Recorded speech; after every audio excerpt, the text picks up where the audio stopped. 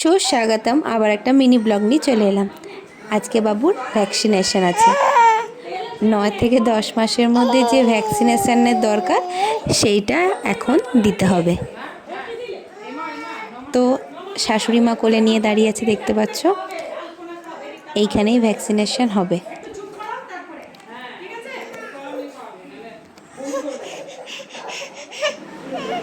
Voice ওভারেও কাঁদছো শোনাম না, একটু চুপ করো। ইনি শাশুড়ি মায়ের সাথেই কর্মরত। ইনি ভ্যাকসিনেশন দেন, বাবুকে খুবই ভালোবাসেন, তাই একটু কষ্ট হচ্ছে বাবুকে ইঞ্জেকশন দিতে।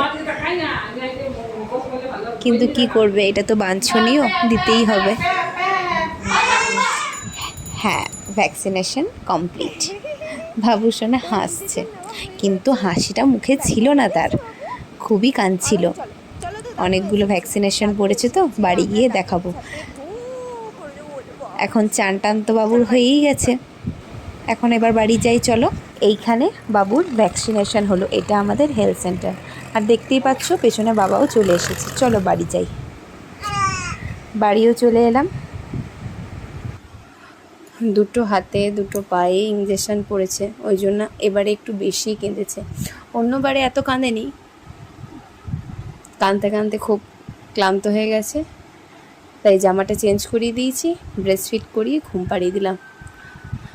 দুপুরের লাঞ্চটা একটু পরেই করবে, ঘুমিয়ে ফ্রেশ হয়ে উঠুক, তারপরে বিকেলে ব্যথার মলম লাগিয়ে দেবো, ব্যথাটা কমে যাবে। চলো তাহলে, টাটা।